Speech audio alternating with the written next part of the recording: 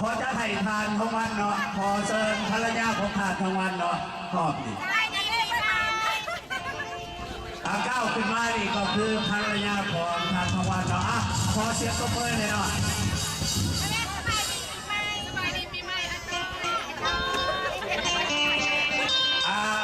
ขอเชิญทางก็ถึงแต่ไม่ไอ้ถึงแต่เพียนมาไอ้ตาฟุ้งจำได้เป็นมาหาเลยแค่แต่ขึ้นมาคนไอ้ยัง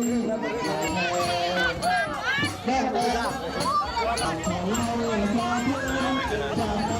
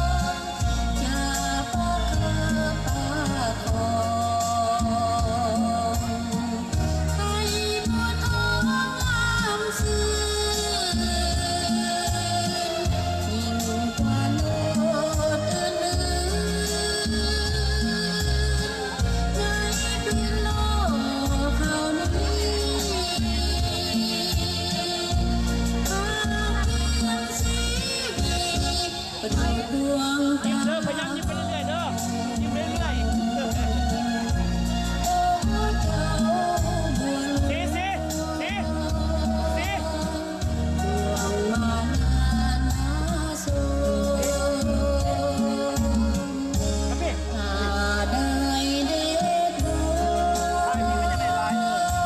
สีครับพี่อย่าทายอย่าคิดอะไร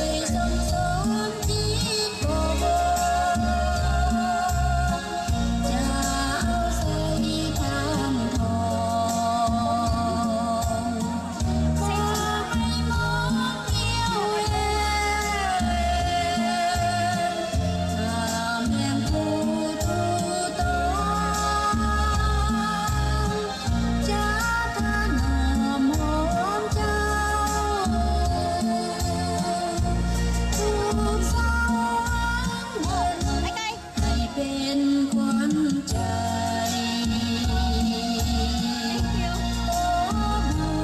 ยิ้มไปเรื่อยๆยิ้มเด้อยิ้มหากใครเสียจริง